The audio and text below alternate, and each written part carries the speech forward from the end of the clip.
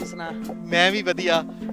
कैसे आज इधर कैसे स्टेडियम का रुख कैसे कर लिया? हम तो आपको जो है वो अक्सर मोबाइलों की स्क्रीनों पे ही देखते हैं, कभी इधर कभी उधर, तो आज स्टेडियम कैसे आ गए? तेन नहीं पता मेरा मियाँ भी खेलन डया वा। और रियली आहो, किस तरह, मतलब कुछ पूरा दसो ना सानू। ਉਹਦੀ ਟੀਮ ਦਾ ਨਾਂ ਹੈ salute Sahiwal. Salute Sahiwal, wow interesting. ਬੜਾ ਮੁਸ਼ਕਿਲ ਨਾਲ ਉਹਦਾ ਸਿਲੈਕਸ਼ਨ ਹੋਇਆ ਕ੍ਰਿਕਟ ਟੀਮ ਦੇ ਵਿੱਚ, ਤੇ ਉਹ ਅਸੀਂ ਪਿੰਡੋਂ ਖੇਲਣ ਆਏ ਆ ਦੁਬਈ, ਪਹਿਲੀ ਦਫਾ ਆਈ ਹਾਂ ਮੈਂ। कैसा लगा PSL, कैसा लगा आपको? कल भी आप इधर थी, ओपनिंग सेरेमनी भी देखी, आज दूसरा दिन था, कैसा लगा ओवरऑल आपको पाकिस्तान सुपर लीग? बहुत ज़बरदस्त थी, यकीन करो मैं तो पटाखे दे के मेरी तो बस मैं उनकी दसा, मैं पहली दफ़ा इन्नी रौनक देखी है, इन्नी सेलिब्रिटीज़ देखी हैं, तो मैं बहुत खुश हाँ।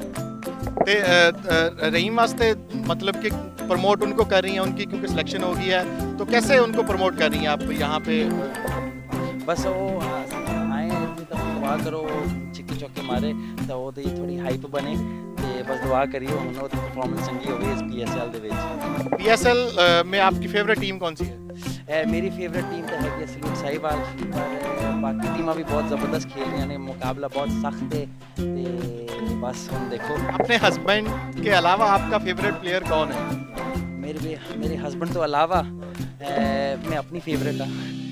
नहीं, तुसी मतलब कि गेस इमेजिन यही करें कि आपके हस्बैंड नहीं सुन रहे, फिर आपका फेवरेट कौन है सुनन अपने अलावा? सुनता नहीं रहे, शुएब मलिक। वाह, शुएब मलिक। अगर सानिया मिर्जा ने सुन लिया तो फिर सानिया भाभी भी यहीं पे है। कोई गल नहीं, उन्हें मैं मना लांगी।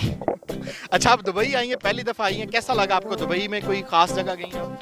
ਹਾਂ ਫਿਲਹਾਲ ਤਾਂ ਡੈਜ਼ਰਟ ਦੇ ਵਿੱਚ ਗਈ ਸੀ, ਤੇ कैसा लगा? ਬਹੁਤ ਜ਼ਬਰਦਸਤ ਸੀ, ਬਹੁਤ ਸੇ ਗਵਾਚ ਗਈ ਸੀ, ਫਿਰ 3 ਦਿਨ ਬਾਅਦ ਫਿਰ ਮੈਨੂੰ ਘਰ ਲੱਭਿਆ ਆਪਣਾ, ਪਰ ਬਾਕੀ ਬੜਾ ਜ਼ਬਰਦਸਤ ਸੀ। ਘੋੜੇ ਉੱਤੇ ਵੀ ਚੜੀ ਸੀ, ਘੋੜਾ ਜਿਹਾ ਕੀ ਕਹਿੰਦੇ ਉਹਨੂੰ? ऊंट, ਊਂਟ, ਕੈਮਲ ਤੇ ਚੜੀ ਸੀ ਮੈਂ। अच्छा, अपने फैंस को क्या मैसेज दोगी आप, जो क्रिकेट लवर हैं, शायकीन क्रिकेट हैं, और क्या मैसेज दोगे? मैसेज यही देना चाहूँगी कि keep supporting cricket, Pakistan cricket, it is the best cricket in the world. बहुत शुक्रिया Nasreen, thank you so much, ਤੁਸੀਂ ਸਾਡੇ ਨਾਜ਼ਰੀਨ ਨੂੰ ਟਾਈਮ ਦਿੱਤਾ। Bye bye.